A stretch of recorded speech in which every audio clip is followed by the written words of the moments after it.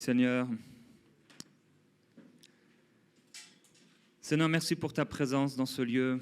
Merci pour ta grâce. Merci pour ta parole. Père, je prie que tu puisses te manifester aujourd'hui. Précieux Saint-Esprit, merci pour ta parole. Que cette parole s'enracine dans nos cœurs, afin de nous rendre stables et solides, enracinés en toi, dans les profondeurs de ta présence, dans les profondeurs de qui tu es, afin que nous puissions ne pas être des personnes ballottées à tout vent de doctrine par la ruse des hommes, mais que nous puissions tenir ferme sur ta parole, dans la vérité. Alors je prie pour que chaque personne soit bénie pendant ce séminaire au nom de Jésus-Christ.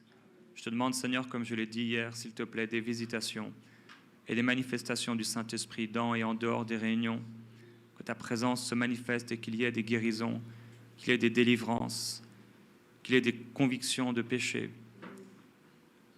Nous t'adorons, Seigneur, et nous te remercions. Merci, Seigneur Jésus-Christ. Gloire à Dieu. Alors, c'est une joie pour nous que d'être au milieu de vous. En effet, ça fait quelques années qu'on devait venir en contact avec Philippe, que vous connaissez bien. On a souvent formé le projet de venir, mais en tout cas maintenant, nous sommes là. Et c'est une joie pour nous que de pouvoir passer ces quelques jours avec vous et apporter la parole de Dieu. On est donc venu du Canada avec Gordon dans des avions séparés. Et voilà, le Seigneur nous a conduits jusqu'ici et on veut pouvoir écouter la parole. Et je vous encourage à ouvrir votre cœur à la parole de Dieu. Je voudrais savoir qui est ici pour les études. On m'a dit qu'il y avait beaucoup d'étudiants. Qui est ici pour les études? Qui n'est pas là pour les études? D'accord. D'accord. Qui est là depuis plus de 2 ans ici? Ok, il y a quand même beaucoup de monde. Plus de 5 ans? Vous faites des longues études. Que le Seigneur vous bénisse et vous permette de pouvoir réussir ces études et entrer dans son plan et pouvoir trouver la direction du Seigneur dans ce qu'il vous appelle à faire pour lui. Et je prie que vraiment il vous conduise. Il vous conduise et il vous amène à pouvoir entrer dans son plan parfait. Parce qu'il n'y a rien d'impossible à Dieu. Il est capable de le faire, c'est vrai, c'est bien. Et c'est bon de faire des études. Maintenant, on doit compter sur le Seigneur. C'est à la fois, et c'est ce que je disais hier, l'équilibre entre le naturel et le surnaturel. On fait notre part dans le naturel, mais on s'attend au surnaturel. On travaille de toutes nos forces, comme si tout dépendait de nous, quelqu'un a dit, mais on fait confiance à Dieu comme si tout dépendait de lui. Alors continuez, persévérez, je sais que ce n'est pas facile, on m'a dit, et je ne savais pas d'ailleurs, que l'hiver était très froid ici. Pas plus froid qu'au Canada, mais j'ai quand même compassion de vous, parce que j'aime la chaleur. Ça, cette chaleur-là, je vivrai comme ça toute l'année. Bon, peut-être un petit peu moins chaud. 30, c'est parfait. Mais c'est vrai que l'hiver arrive, et quand l'hiver arrive, il faut tenir ferme. Que ce soit un hiver dans la température, ou un hiver, une saison dans nos vies, tenez ferme. Tenez ferme au Seigneur. Tenez ferme dans vos décisions, pour ne pas échouer, pour ne pas avorter les plans de Dieu. Donc tenez ferme, même quand c'est difficile. Si le Seigneur vous a conduit ici, alors c'est vrai, il y aura des temps d'épreuve, vous serez éprouvés, mais comme on l'a dit, il vous affermira, il vous perfectionnera, et il vous rendra inébranlable. Il va bâtir votre vie, alors que vous bâtissez votre vie sans lui. Donc on va aller ensemble dans le verset qui nous a été donné pour ce séminaire, dans Jean, au chapitre 16 et au verset 13. Jean, chapitre 16, verset 13.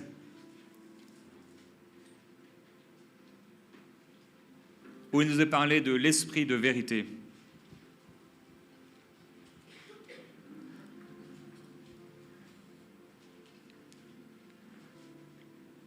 Peut-être si on peut mettre un petit peu plus fort le piano, s'il vous plaît. Jean chapitre 16, verset 13. Quand il sera venu, l'Esprit de vérité, alors dans votre Bible, vous avez peut-être le Consolateur ou le Paraclet, mais il est écrit « Quand il sera venu, l'Esprit de vérité, il vous conduira dans toute la vérité. Car il ne parlera pas de lui-même, mais il dira tout ce qu'il aura entendu et il vous annoncera les choses à venir. Quand il sera venu, l'Esprit de vérité, il vous conduira dans toute la vérité, car il ne parlera pas de lui-même, mais il vous annoncera tout ce qu'il aura entendu et il annoncera aussi les choses à venir. » Alors, précieux Saint-Esprit, c'est toi qui nous conduis dans la vérité. Et je prie que tu puisses conduire les cœurs alors que je parle, que tu conduises au-delà des mots et des paroles de l'homme, que ce soit les paroles de l'Esprit dans les cœurs, des directions, des réponses, des solutions, des directions claires de l'Esprit dans les cœurs. C'est ce que je te demande, Père, au nom de Jésus-Christ. Qu'il y ait des convictions fermes. Là où il y avait des doutes, qu'il y ait la foi, qu'il y ait l'assurance, qu'il y ait la conviction, au nom de Jésus-Christ. Seigneur, merci, nous t'adorons. Alors le Saint-Esprit va nous conduire dans toute la vérité. Le verbe ici, conduire, c'est ce guide. Le Saint-Esprit est un guide, un enseignant. C'est quelqu'un qui nous conduit sur le chemin. Donc, le verbe utilisé à l'époque, c'était vraiment un guide, quelqu'un qui pouvait nous conduire sur le chemin et quelqu'un qui nous donnait des instructions. Le Saint-Esprit ne conduit pas notre vie comme quelqu'un peut nous conduire en voiture. On nous a gentiment conduits dans ce lieu, mais je n'ai pas pris le volant. C'est notre frère qui m'a conduit, merci. Merci d'ailleurs à tous les responsables, pasteurs, de votre invitation. Mais je n'ai pas pris la voiture. Je me suis laissé conduire. Quand il est dit que le Saint-Esprit conduit dans la vérité, ce n'est pas que le Saint-Esprit nous amène indépendamment de notre volonté, mais il nous guide. C'est vraiment comme la colonne de feu et la colonne de nuée dans l'Ancien Testament. Pour le peuple d'Israël, ce n'est pas la colonne qui les poussait littéralement, physiquement, mais la colonne était devant eux, elle se déplaçait, et quand elle se déplaçait, ils la suivaient. C'est la même chose avec l'Esprit aujourd'hui. L'Esprit nous conduit, mais pas comme quelqu'un qui nous conduit et nous on est là et on fait rien et on se laisse conduire, mais l'Esprit nous guide. L'Esprit nous dirige. Je ne sais pas si le bruit c'est à cause de ça peut-être, des retours ou... Parce que sinon on peut les pousser. Et il nous donne des instructions. Peut-être vous avez déjà vu des courses de voiture, il y a le pilote, il y a le copilote. Le copilote va être celui qui... C'est vrai que c'est très intéressant, mais... Le copilote est celui qui donne les instructions. Ça veut dire qu'il va aider le pilote à prendre la bonne direction, le bon chemin. Le Saint-Esprit a ce rôle dans notre vie, comme un copilote, de nous aider à prendre les virages, de nous conduire, de savoir quand il faut accélérer, de savoir quand il faut aller plus vite ou quand il faut ralentir. Le Saint-Esprit nous conduit de cette façon-là. Et ce verbe « conduire » vient d'un mot qui veut dire un chef sur la route ou encore un enseignant pour celui qui est ignorant ou inexpérimenté. La réalité, c'est que sans le Saint-Esprit, on ne sait pas quoi faire. Sans le Saint-Esprit, on ne sait pas où aller. Sans le Saint-Esprit, on ne connaît pas, on ne sait pas quelle décision prendre.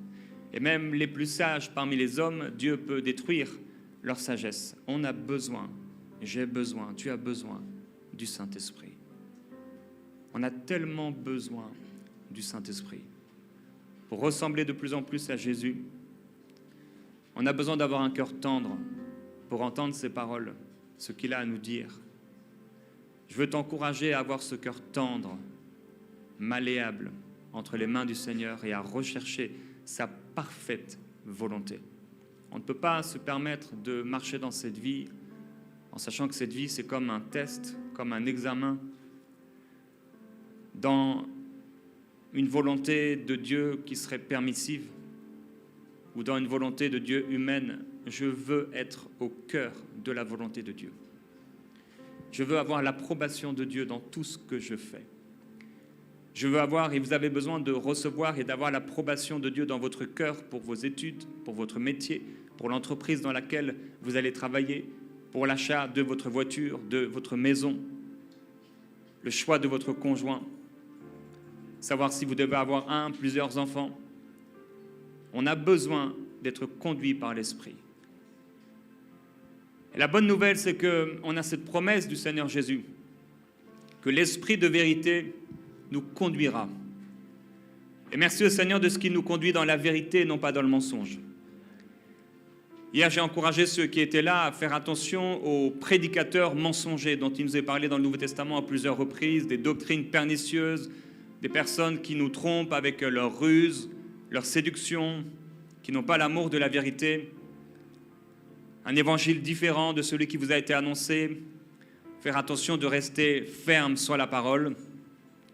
Faire attention de ne pas se laisser séduire par des manipulateurs, entrer dans des fausses doctrines, dans des modes qui passent dans les églises. Mais on a le Saint-Esprit qui nous conduit, lui, dans la vérité. Et cette fois, dans le Nouveau Testament, lorsque ce mot « conduire » est utilisé, et le mot aussi, qui a été utilisé pour former le mot « conduire », 7 fois sur 9 dans le Nouveau Testament, c'est toujours dans le contexte d'un aveugle qui ne sait pas où aller. Sans le Seigneur Jésus, nous sommes comme des aveugles. On ne sait pas où aller. C'est normal, sans lui, de ne pas savoir quelle décision prendre. C'est normal, sans lui, de ne pas savoir quoi faire demain. C'est normal, si tu te retrouves dans des saisons, à des moments où tu ne sais pas quelle décision prendre. Est-ce que c'est la bonne personne? Est-ce que c'est la bonne offre? Est-ce que c'est les bonnes études? C'est normal. Maintenant, l'Esprit de Dieu ne veut pas que tu restes là-dedans. Il veut te conduire. Il veut répondre aux doutes et aux questionnements qui sont normaux. La normalité, ce qui n'est pas normal, c'est de ne pas se poser de questions et d'avancer comme un animal têtu, comme un âne, comme ça, imaginant que par nous-mêmes, on a la capacité en nous-mêmes, on est assez sage pour prendre les décisions. Nous avons besoin du Seigneur. Quand il est dit que l'Esprit nous conduit, c'est vraiment, il nous conduit comme des aveugles. Comme des aveugles qui ne savent pas où aller. Ils ont besoin d'être conduits. Alors un aveugle peut être conduit par quelqu'un qui le prend par la main. Il peut aussi apprendre à marcher par lui-même en utilisant différents moyens. Il peut utiliser par exemple une canne pour savoir où il va, mais il y a une limite. Sans le Saint-Esprit, nous sommes des aveugles. Sans Jésus, chacun suivait sa propre voie. Et maintenant, le but, c'est de le suivre. Jésus dit, mes brebis suivront ma voie et ne suivront pas la voie d'un étranger. Ma sœur, mon frère, ne suis pas la voie d'un étranger. Même s'il a l'air beau, ne suis pas sa voie. Mais suis la voie du bon berger. Quelqu'un a dit que nos propres plans, ça paye tout de suite, mais ça coûte plus tard. Les plans de Dieu, ça nous coûte tout de suite, mais ça paye plus tard. Quand tu es dans le plan de Dieu, ça peut coûter, et parfois cher. Surtout que parfois ça coûte sur le long terme. Pendant longtemps, tu es là et tu sais que tu es au bon endroit, mais c'est dur. Il y a un prix à payer. C'est difficile. Mais tu as l'assurance. Quand tu as l'assurance que c'est l'Esprit qui t'a conduit là, tu restes ferme. Reste ferme. Par contre, il y a des moments où on sent qu'il y a une transition dans une nouvelle saison. Il y a quelque chose et des choses parfois extérieures qui sont simplement juste des signes. On ne peut pas s'appuyer sur eux pour prendre une décision. Mais parfois, Dieu organise les choses aussi pour nous montrer qu'il y a une transition. Il y a quelque chose qui vient. C'est le moment de prier. Parfois, nous ne savons pas quoi demander dans la prière ou comment demander. L'Esprit de Dieu nous conduit dans la vérité, à savoir comment prier pour cette chose. Alors, la bonne nouvelle, c'est qu'en tant qu'enfants de Dieu, si nous sommes nés de nouveau, nous pouvons avoir la conviction que le Seigneur nous conduira dans la vérité. Et la vérité, ce n'est pas, vous savez, concernant l'Apocalypse, la fin des temps, quand l'Antichrist va venir, quelle forme il va avoir, etc. La vérité, c'est tout ce qui est vrai, tout ce qui est juste, tout ce qui est bon, tout ce qui est parfait, tout ce que Dieu a préparé d'avance pour ceux qu'il aime.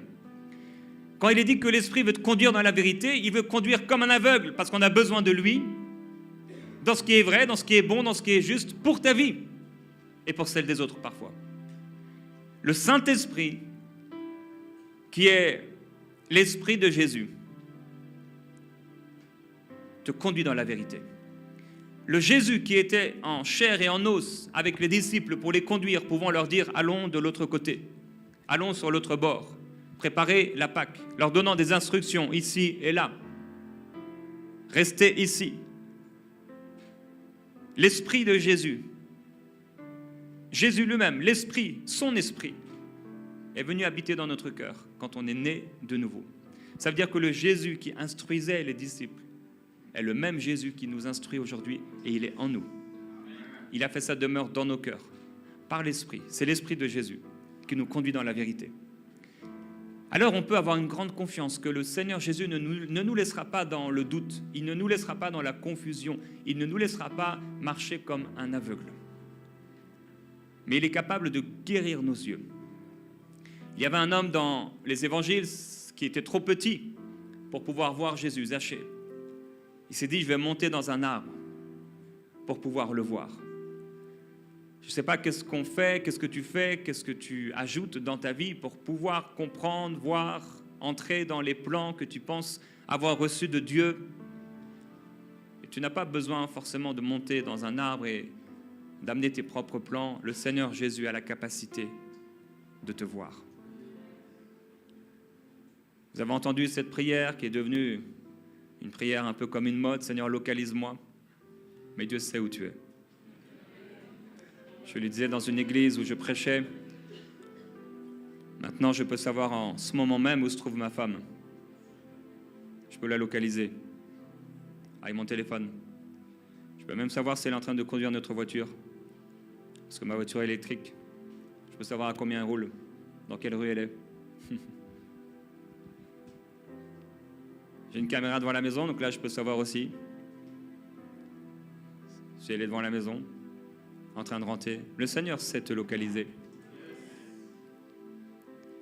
Il est bien plus fort, plus sage, plus intelligent que les hommes. Le Seigneur sait te localiser. Le Seigneur ne conduit tes pas.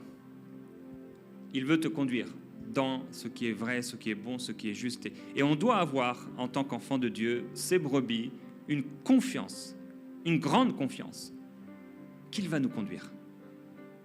Et même dans les temps difficiles où on est pressé de tous côtés, ça devient dur, difficile, tu dois avoir confiance que le Seigneur va te conduire. Il te conduira. N'aie pas peur, ne t'inquiète pas. Ne t'inquiète pas, tu peux être devant deux choix, mais ne t'inquiète pas, il te conduira. Et on va voir ensemble plusieurs manières avec lesquelles le Seigneur nous conduit.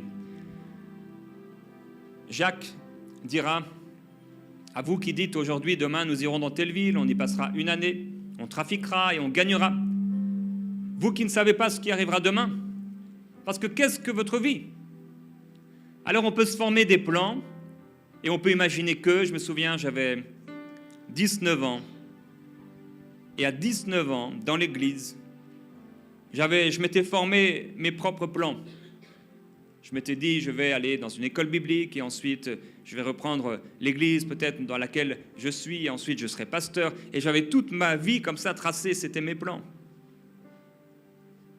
Et ce n'était pas les siens. Ces plans ne sont pas nos plans. Et des fois tu peux te dire, moi je resterai là pendant 1 an, pendant 2 ans, pendant 3 ans. En fait tu ne sais pas. Ne t'enracine pas quelque part trop profondément au point de devenir une statue. C'est bien de s'enraciner, mais pas de s'endurcir. On doit s'enraciner dans l'endroit où on est, mais pas devenir une statue. On doit toujours avoir le cœur malléable parce que Dieu nous conduira. Dieu nous dirigera. Jésus ne faisait rien par lui-même. Mais il était sous la conduite de l'Esprit. Il cherchait la volonté de Dieu. Et c'est pourquoi il pouvait passer du temps à prier dès le matin. Il cherchait la face du Seigneur. Aujourd'hui, le grand danger des croyants, c'est que dès le matin, ils se réveillent. Et la première chose qu'ils font, c'est qu'ils prennent le téléphone. Ils regardent les messages qu'on leur envoie. Et les messages qu'on leur envoie les envoient vers d'autres choses, images, vidéos. Et les voilà déjà dès le matin, à l'intérieur, remplis de toutes sortes d'informations. Et c'est difficile pour eux, pour nous, quand ça nous arrive, de nous connecter au Seigneur. Dès le matin, dit David, je verrai ton visage. Il faut qu'on puisse, dès le matin, lui parler, communier avec lui, lui remettre notre journée. Parce que sans lui, on ne peut rien faire. Et on ne peut pas avoir la prétention de vivre une journée sans sa direction. On a besoin qu'il nous dirige. Un jour, j'ai fait un rêve, et dans ce rêve, j'étais en train de conduire une voiture, et le compteur de ma voiture s'est éteint tout à coup, à moitié. Alors, j'ai commencé à taper dessus en conduisant, il s'est rallumé, et puis plus rien, ça s'est éteint. Et les phares, les lumières de ma voiture se sont éteintes. Tout à coup, c'était le noir total sur la route. J'étais peut-être à 90 ou 100 km/h. Le rêve s'est arrêté. Et en me réveillant, l'esprit, comme à l'intérieur de moi, a dit « Nous marchons non par la vue, mais par la foi ». On se retrouve parfois dans des situations comme ça et on ne sait plus du tout où aller. Qu'est-ce qu'on doit faire? L'Esprit de Dieu est là.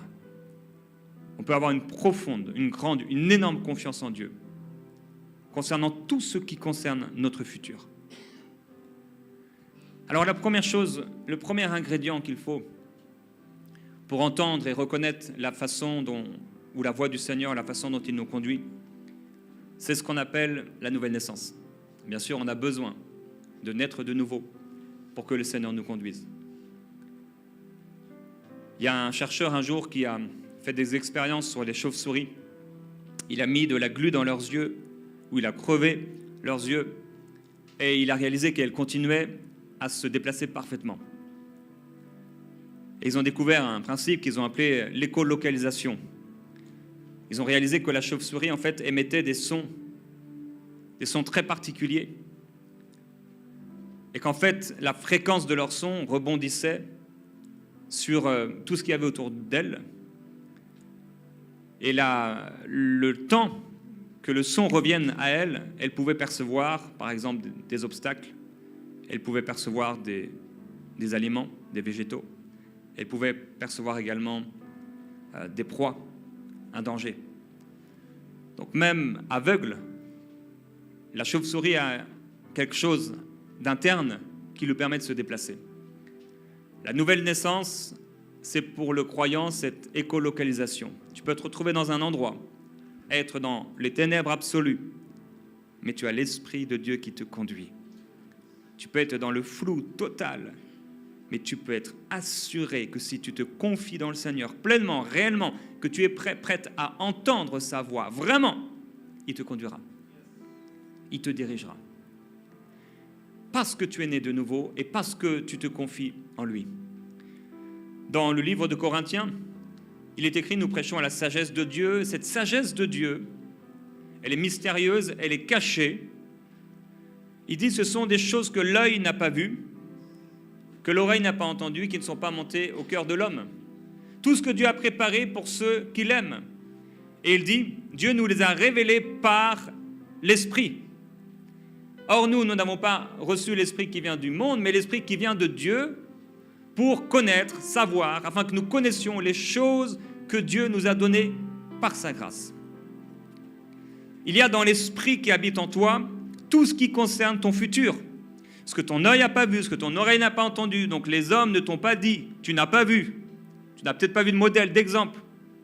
Et même si ce n'est pas encore monté dans ton cœur, tu n'as peut-être pas la sagesse, l'intelligence, mais l'Esprit de Dieu en toi a toute capacité de te conduire. Tous ceux qui sont conduits par l'Esprit de Dieu sont fils de Dieu. Paul dira, ma conscience m'en rend témoignage par le Saint-Esprit. Très souvent, les croyants n'écoutent pas leur témoignage intérieur. Ils s'attendent à des visitations d'anges ou des visitations du Seigneur Jésus-Christ, alors que Dieu nous a donné cette capacité d'avoir un témoin à l'intérieur de nous pour être conduit. Le deuxième ingrédient pour être conduit par le Seigneur, donc le premier essentiel, la nouvelle naissance. Le deuxième, c'est la foi. Tu dois croire qu'il va te conduire et croire qu'il va te diriger, comme je l'ai dit. Alors, comment le Seigneur nous conduit? Peut-être que la façon avec laquelle il nous conduit le plus, bien sûr, sa parole, mais c'est le témoignage intérieur. Le témoignage intérieur, c'est que tu te retrouves devant plusieurs choix,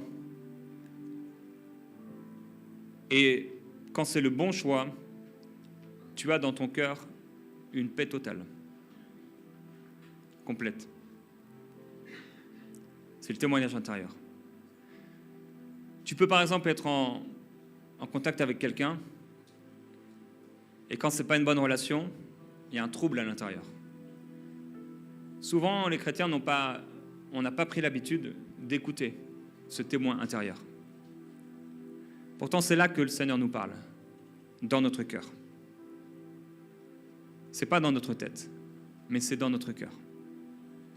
Le Saint-Esprit, il témoigne à notre esprit. Et il témoigne, comme je l'ai dit, pas seulement concernant les choses de l'Apocalypse, mais il témoigne dans notre cœur si on est en train de faire la bonne chose, si on est au bon endroit, si c'est le bon moment de faire cela, d'acheter ceci, de nous rendre ici. Le témoignage intérieur. Tu peux être assuré que l'Esprit, par le témoignage intérieur, va te conduire dans la vérité. Alors, ce témoignage intérieur, c'est comme un sentiment, mais ça ne vient pas de la tête, comme une sensation, peut-être plutôt interne, que c'est bon ou que c'est mauvais. Il y a la conscience, il y a aussi l'intuition.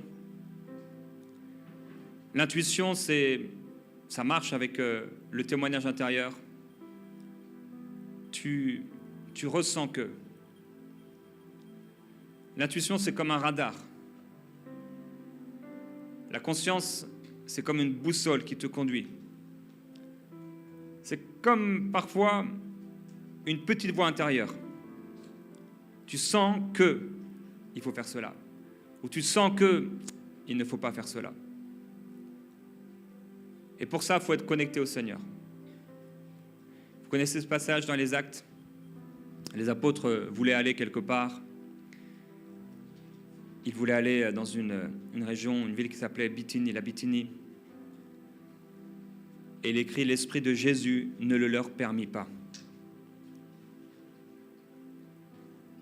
Alors il y a eu soit l'Esprit en eux, vraiment, il y a eu un témoignage fort du Saint-Esprit, un trouble intérieur que c'était vraiment pas ce qu'il fallait faire. Ou soit ils ont entendu comme une voix, presque comme une voix audible.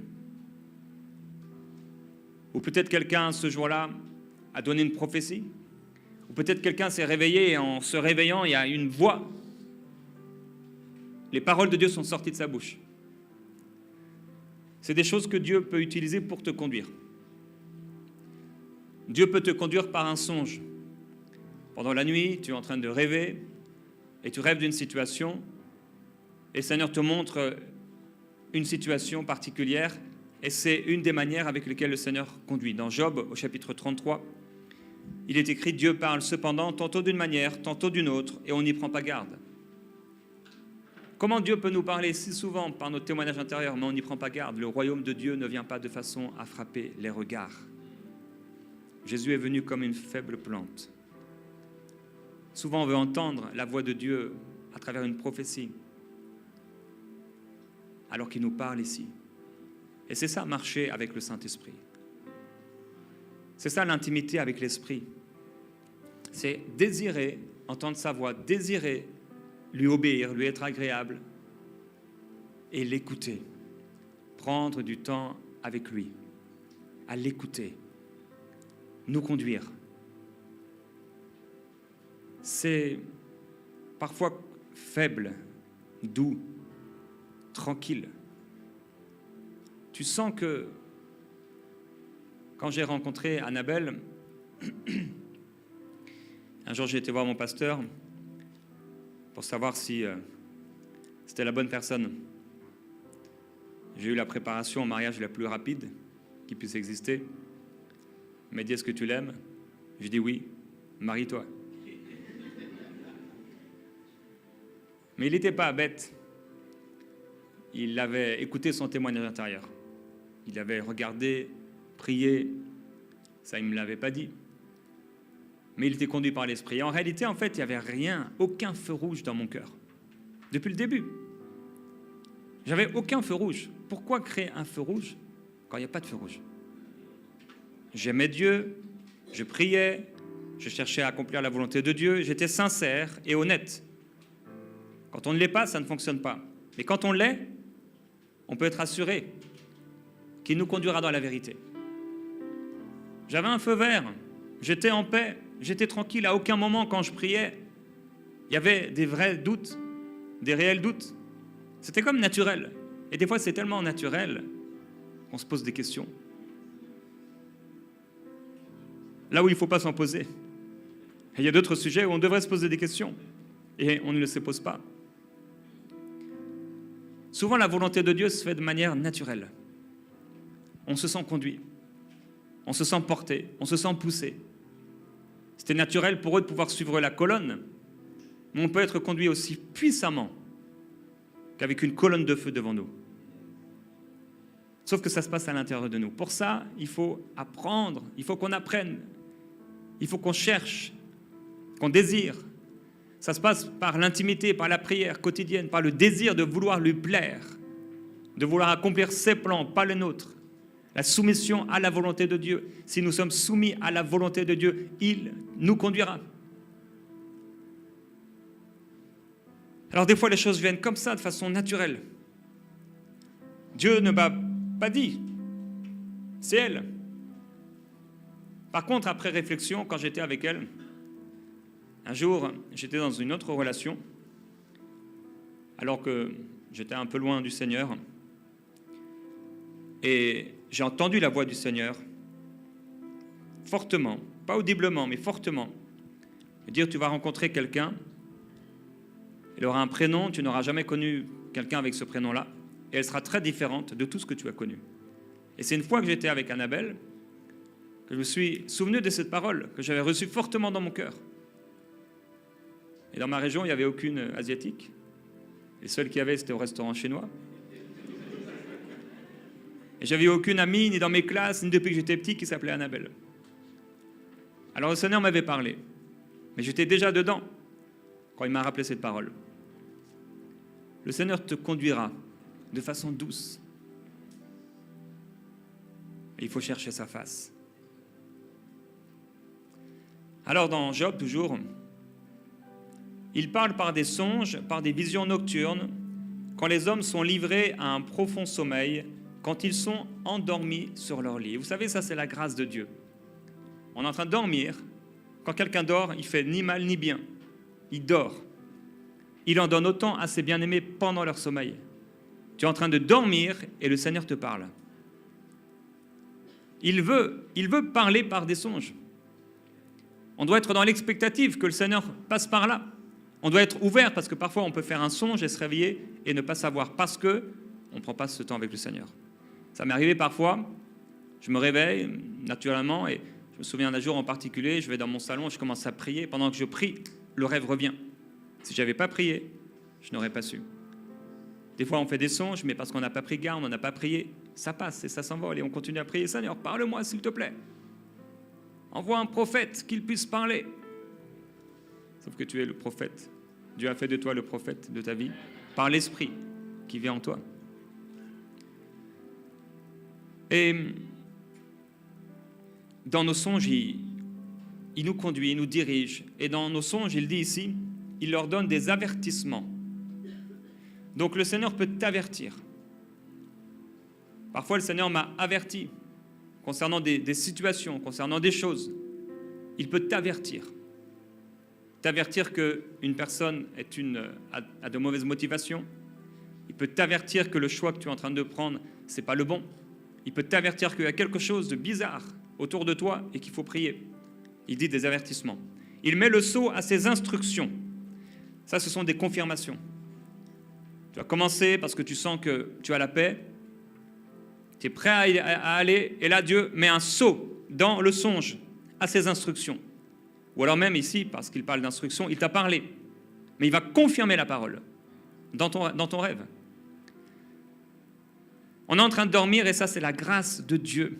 On n'a rien mérité. Il le fait par grâce. Dieu te conduit par grâce parce qu'il t'aime. Il t'aime vraiment. Dieu t'aime vraiment. Dieu veut ton bien. Dieu veut te prendre par la main. Et que tu restes la main dans sa main. Afin d'écarter l'homme de ses agissements et de le préserver de l'orgueil. Il y a aussi des rêves que Dieu peut te donner qui sont des rêves où Dieu te corrige. Souvent par rapport à des motivations, des traits de caractère dans ton cœur. Tu te vois dans une situation et tu te réveilles et tu te dis « Seigneur, pardon ». Et Dieu est en train de te parler de quelque chose que tu vis dans ta vie. Et là, il te corrige. Afin de garantir son âme de la fausse et sa vie des coups du glaive. Bon, pour t'empêcher d'échouer, pour t'empêcher d'avoir des problèmes, Dieu peut passer par des songes. C'est pourquoi je vous encourage, si vous ne le faites pas déjà, à pouvoir avoir quelque part, si vous utilisez peut-être, je sais pas, Google Drive ou quelque chose comme ça, d'avoir un endroit ou un cahier où vous écrivez vos songes. Qu'est-ce que ça va faire? C'est que ça va montrer au Seigneur, bon, il le sait, mais quand même, que c'est important pour vous. Et surtout pour vous, vous allez prendre le temps de noter ce que Dieu a dit. Il est écrit la vision. Donc c'est important de pouvoir écrire la vision. Parfois, on aurait pu aller, mais dans l'Ancien Testament, quelqu'un a eu un songe et il est écrit qu'il va écrire les éléments importants du songe, du rêve. Joseph a pu faire cela. Donc tu peux écrire le songe dans son intégralité, ou tu peux aussi écrire les éléments importants. Ce qui est une bonne chose à faire, c'est que tu écris le songe, et ensuite, qu'est-ce que tu vas prier, et qu'est-ce que Dieu te dit par rapport à ce songe, au moment où tu te réveilles. Qu'est-ce que ça veut dire? Est-ce que c'est un songe de correction? Est-ce que c'est un songe d'avertissement? Est-ce que c'est un songe de direction? Qu'est-ce que le Seigneur est en train de te dire? Et en fait, tu prends sa parole et tu ne laisses tomber aucune de ses paroles à terre. Dieu te parlera par des songes.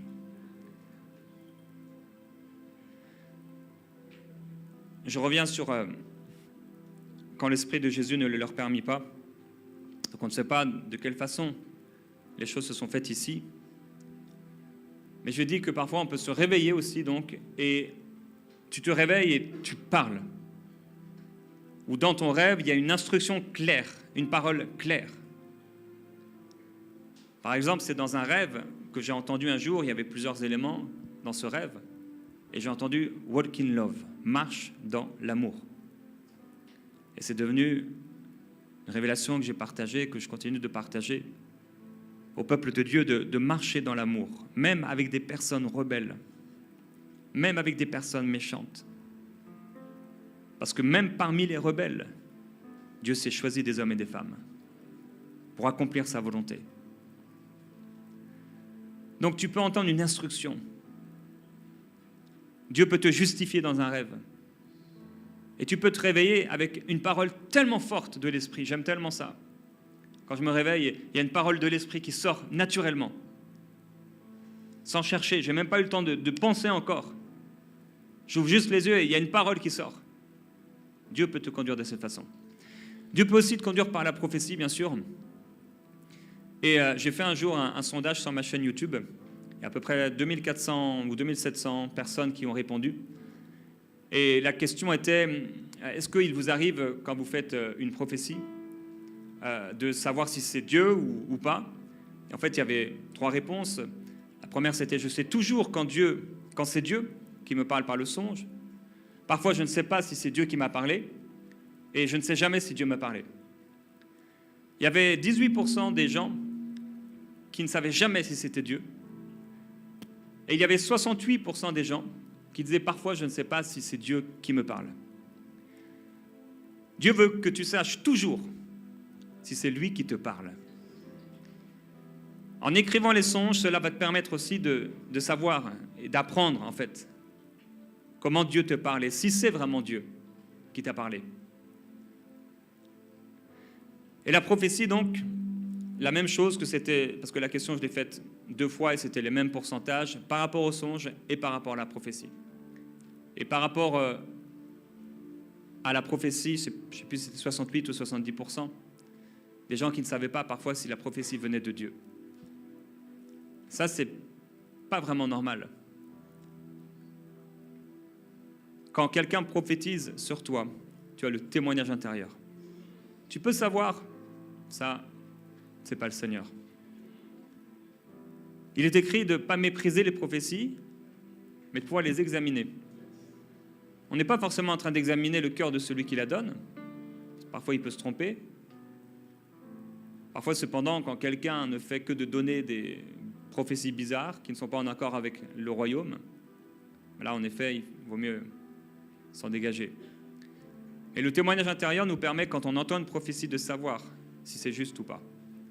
Et parfois, dans une prophétie, il peut y avoir un petit peu de l'homme, beaucoup de Dieu, ou beaucoup de l'homme et un peu de Dieu. Normalement, une vraie prophétie, tu sais que le Seigneur est en train de te parler. Parfois, tu peux entendre une prophétie que tu n'aimes pas. Tu l'écris comme tu écris tes songes. Et de temps en temps, tu reviens. Tu peux prier par rapport à ça. Ou tu peux simplement l'écrire et la laisser comme ça. Et si elle est du Seigneur, tu la verras s'accomplir. Et si tu cherches la volonté de Dieu et que tu pries pour lui être agréable et tu es soumis à la volonté de Dieu, tu as un cœur tendre, le Seigneur te rappellera cette prophétie. Et te montrera, te révélera, tu sentiras dans ton cœur, il y a quelque chose de vrai dans cette prophétie. C'est le Seigneur qui m'a parlé. Un jour qu'ils adoraient ensemble le Seigneur et qu'ils jeûnaient, acte 13, le Saint-Esprit leur dit, « Mettez à part pour moi Barnabas et Saul pour l'œuvre à laquelle je les ai appelés. » À un moment, dans le livre des Chroniques, il écrit « L'Esprit de Dieu saisit Azaria, qui alla au-devant d'un homme qui s'appelait Asa, et dit « Écoutez-moi, l'Éternel est avec vous quand vous êtes avec lui. » Donc, l'Esprit peut te pousser à prophétiser. L'Esprit pousse quelqu'un, tu te sens poussé à donner une parole de la part du Seigneur. Ils étaient en train de servir le Seigneur quand il est dit qu'il est écrit, le Saint-Esprit leur dit « Mettez-moi à part ». Je crois que c'est passé à travers la prophétie. Quelqu'un comme Azarias a été saisi par l'esprit de prophétie et il a déclaré « Mettez-moi à part Paul et Barnabas pour l'œuvre à laquelle je les ai appelés ». Et les uns et les autres ont écouté leur témoignage intérieur, savoir si cette prophétie venait de Dieu. Et certainement qu'il y avait dans leur cœur quelque chose qu'ils sentaient dès qu'ils l'ont entendu. Une approbation divine, que c'était vraiment Dieu qui parlait. Tellement de gens ont été écartés de la volonté du Seigneur par des prophéties. Mais on ne bâtit pas notre vie sur des prophéties. On aime la prophétie. C'est un outil, un moyen avec lequel Dieu peut nous parler, mais ça ne remplacera jamais notre témoignage intérieur. Comme notre témoignage intérieur ne remplacera jamais la parole. Ils fonctionnent ensemble. Parce que notre témoignage intérieur vient de Dieu. C'est une fonction de notre esprit. Il faut savoir écouter notre cœur. Alors la prophétie peut parfois aussi passer par le conseil de certaines personnes matures. Elles ne sont pas forcément en train de te dire « ainsi parle l'Éternel », mais quand elles te parlent, elles sont en train de prophétiser. Et tu sais que Dieu est en train de parler à travers elles. C'est aussi la prophétie. Comment on peut entendre la voix du Seigneur? Comment l'Esprit de Dieu nous conduit dans la vérité? Je l'ai dit, c'est par la prière. Tu pries pour rechercher la volonté de Dieu. Tu dis, Seigneur, que veux-tu que je fasse? Et donc tu pries régulièrement par rapport à cette chose. Et tu demandes, Seigneur, ouvre mes yeux. Seigneur, éclaire-moi. Tu prends du temps. Tu es devant une décision, prends le temps. Il y a un an, j'ai acheté une voiture et j'ai acheté cette voiture et je l'ai achetée assez rapidement. Et une fois que je l'avais achetée, j'ai dit, Seigneur, pardonne-moi parce que je n'ai pas vraiment pris le temps de me poser tranquillement et de prier clairement pour savoir si c'est ce que tu voulais. Et je n'ai pas vraiment pris le temps d'écouter mon cœur. Et j'ai regretté cet achat par la suite. Ça m'a coûté très cher parce que ce n'était pas la voiture que je devais acheter. C'était une voiture à problème. Tu ne veux pas acheter une voiture à problème. Tu ne veux pas épouser quelqu'un à problème. Et ça ne veut pas dire que s'il y a des problèmes, ce n'était pas Dieu. Mais dans mon cas, ça l'était. Dans le cas de cette voiture. Beaucoup de gens me prient, Seigneur, ferme cette porte. Si ce n'est pas ta volonté, ouvre cette porte. Si c'est ta volonté. Mais ça, c'est le meilleur des choix pour être confus et perdu. Parce qu'une porte, un homme peut ouvrir une porte. Une porte, un chat peut ouvrir une porte. Une porte, le vent peut ouvrir une porte. Une porte, je ne sais pas si vous avez déjà vu des westerns, ils sont dans le bar en train de se taper, à un moment, il y a quelqu'un qu'on jette par la porte. Toutes sortes de choses peuvent ouvrir une porte. Et on n'est pas censé être conduit par les portes qui s'ouvrent et qui se ferment. Parce que quand la tempête arrive et que tu es au milieu, tu n'as aucun appui, en fait, sur lequel appuyer ta foi, parce que tu t'es juste appuyé sur une porte qui s'est ouverte ou sur une porte qui s'est fermée. Alors que si tu t'appuies sur la parole, l'esprit qui témoigne dans ton cœur, même au milieu de la tempête, tu sais que tu avais le témoignage intérieur. Tu sais qu'il t'avait parlé. Et alors, comme quelqu'un dit, tu serres les dents et tu avances et tu continues. Tu t'appuies sur le Seigneur. Tu t'humilies devant Dieu et tu lui demandes la force et la capacité de tenir ferme parce que tu sais qu'il a parlé. Tu sais que c'est lui qui t'a conduit là. Alors tu continues. Je prie que tu puisses continuer au cœur de la volonté de Dieu. S'il a mis dans ton cœur un chemin, tu savais que c'était la bonne chose à faire. Ne reviens pas en arrière. Ne fais pas comme la femme de Lot. Ne fais pas comme ceux qui sont revenus de leur décision de suivre Moïse en s'imaginant des choses de ce qu'était l'Égypte. Là, en Égypte, il pleurait tellement, il criait tellement que Dieu a fait venir le libérateur. Parce qu'ils marchaient, ils vivaient comme des esclaves. Et quand ils ont commencé à avoir les premières tempêtes, ils ont dit, mais on avait des bonnes choses à manger là-bas en Égypte. Et pourtant, ils étaient en train de pleurer. Ne regarde pas ton Égypte comme si c'était Canaan.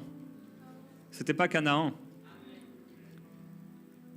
C'était l'Égypte. Dieu a mieux pour toi. Ne reviens pas en arrière. Si tu sais que tu es au bon endroit, c'est dur, oui, mais ne reviens pas en arrière. Continue d'avancer. Le Seigneur te dirigera. Alors tu prends du temps à te soumettre à ses plans. Et ça, c'est quelque chose que je fais régulièrement. Je prie régulièrement ce que j'ai appelé l'onction d'humiliation. C'est la main du Seigneur qui se pose sur toi parce que parfois, c'est vraiment le Seigneur aussi qui crée cela en toi. Et tu fais une seule chose, tu t'humilies à ses pieds. Tu te prosternes. J'ai l'habitude, moi, majorité du temps, je prie chez moi allongé par terre. C'est la meilleure position pour moi. Où là, je ne peux penser à rien d'autre. Et ça ne m'endort pas.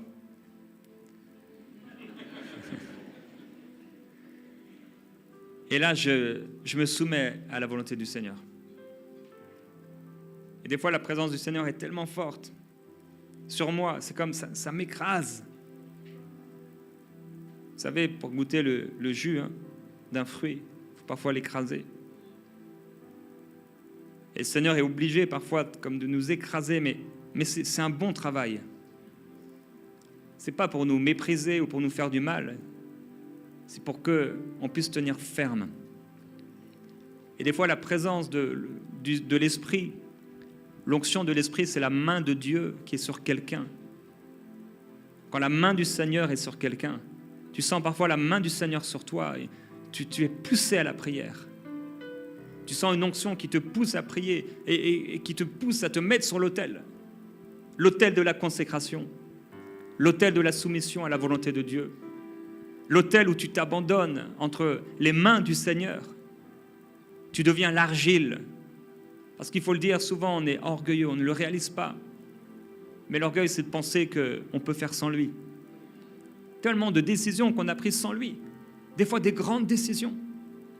On peut prendre des grandes décisions sans lui. Vous savez, prendre l'avion, c'est une grande décision.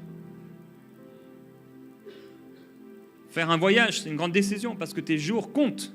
Et il faut savoir racheter le temps et ne pas le perdre. Si je vais quelque part, je veux recevoir l'approbation de Dieu. Et j'ai dû apprendre, et j'apprends encore à le faire, pour aller nulle part sans qu'il y ait l'approbation de Dieu. Je ne veux pas perdre mon temps, il est tellement précieux. Racheter le temps parce que les jours sont mauvais. Alors tu ne veux pas entrer dans une relation si Dieu n'y est pas. Tu ne veux pas t'inscrire à un club si Dieu n'y est pas. Je ne dois pas faire cette chose si Dieu n'y est pas. Je ne dois pas dépenser cet argent si Dieu n'y est pas. Parce que ce n'est pas ton argent, c'est l'argent du Seigneur. Donc si la main du Seigneur vient sur toi, et même si elle ne vient pas sur toi, régulièrement, soumets-toi à la volonté du Seigneur. Tu te prosternes, tu te mets à genoux. Tu dis, Seigneur, non pas ma volonté, mais ta volonté. Seigneur, je te demande pardon pour les mauvaises décisions. Je te demande pardon parce qu'aujourd'hui, voilà, j'ai fait cela et pour cette chose que j'ai achetée sans te demander. Seigneur, je vais être de plus en plus malléable, avoir un cœur tendre, accomplir ta volonté. C'est ce que je désire. Laisser le contrôle à l'esprit. T'obéir, Seigneur Jésus-Christ. J'ai confiance en toi. J'ai confiance que tu m'introduiras dans tes plans. J'ai confiance que je n'ai pas à gesticuler dans tous les sens. Je n'ai pas à faire beaucoup d'efforts pour recevoir ta volonté. Parce que tu veux me la donner. Tu veux me parler. Tu as dit que tes brebis entendraient ta voix, Seigneur Jésus. Peut-être quelqu'un dit, mais moi, je n'entends pas la voix du Seigneur. Alors que Jésus a dit. C'est peut-être parce qu'il y a quelque chose dans ta vie qui ne plaît pas au Seigneur et tu as attristé l'esprit et tu n'entends plus la voix de Dieu. Alors peut-être tu peux faire semblant à l'église et avoir le discours, mais tu as attristé l'esprit. Et aussi longtemps que l'esprit est attristé, ce sera difficile pour toi de percevoir la voix de l'intimité, la voix de celui qui te parle dans l'intimité. Vous savez, dans l'église, on peut faire semblant. On a vu la danse tout à l'heure et chaque personne suivait des pas, les mêmes pas, pour faire la même danse. Dans l'église, on peut être un peu semblable à ça. On sait comment se tenir, comment se comporter, comment prier pour faire croire que. Mais en réalité, dans notre âme, dans notre cœur, on est loin du Seigneur. On est loin du Seigneur. On peut crier des chants et savoir comment réagir. On peut battre des mains et frapper très fort. On peut crier et chanter jusqu'à transpirer sans qu'aucune des paroles qu'on a chantées ne vienne vraiment de notre cœur. On peut être dans beaucoup de religions et de paraître, et ça fait mal, la religion et le paraître, à notre relation avec Dieu. Ça fait très mal parce qu'on est en train de chercher la faveur des hommes. Et quand on voit de telles choses, quand tu t'aperçois que tu chantes des chants et que ton cœur n'y est plus, c'est le moment de t'humilier et de demander pardon au Seigneur. Seigneur, je ne veux pas être dans un truc. Il y a assez de religion dans le monde pour qu'on puisse vraiment être dans une vraie relation avec Dieu sans avoir besoin de religion. Les gens sont dans des religions et leur cœur ne se connecte pas à Dieu. On n'a pas besoin de religion, il nous faut revenir. Et c'est ce qu'on prêche d'ailleurs aux nouveaux convertis, à ceux qui s'approchent du Seigneur. Ce n'est pas une religion, c'est une relation. C'est une relation. Il doit se passer quelque chose dans ton intimité. Le Seigneur Jésus veut se révéler à toi. Il veut te conduire. Il ne fait pas de différence entre les hommes. Il ne fait pas de favoritisme. Le Seigneur Jésus ne fait pas de favoritisme. Il veut te conduire par la main. Il veut te conduire et te diriger. Il veut te parler. Quand tu es sous la puissante main de Dieu et que tu t'humilies sous la puissante main de Dieu, C'est tellement glorieux. C'est parmi les moments les meilleurs de ma vie. Quand je sens la présence de Dieu sur moi qui comme m'écrase. Quand je me soumets à elle. Là, la présence du Seigneur est forte sur moi.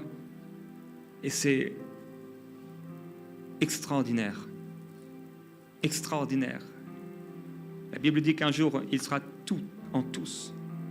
Il nous remplira. Et quand on peut goûter un peu de ça, un peu où le Seigneur prend la place, et il devient tellement réel. Tellement réel. J'ai prié un jour, Seigneur, si ce n'est pas toi qui descends, je préfère partir. C'est moi qui vais monter. J'étais arrivé à une telle soif de Dieu. Je prêchais. Il y avait des belles choses dans ma vie. J'avais tout ce qu'il me fallait. Mais j'avais soif de tellement plus. Je dis, Seigneur, si c'est ça, vivre avec toi, il y a plus. Jésus a crié, si quelqu'un a soif, qu'il vienne vers moi.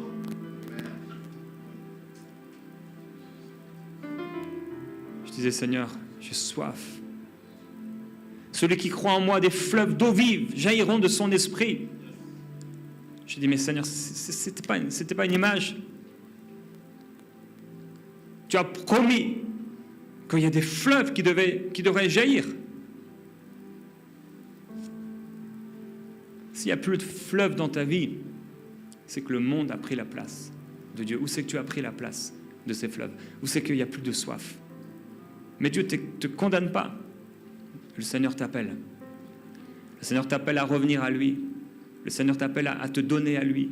Le Seigneur t'appelle à le chercher, à avoir soif, à avoir faim de lui. Et quand j'ai fait cette prière, ce jour-là, en criant à Dieu, j'étais comme désespéré, avec beaucoup d'espérance et de foi.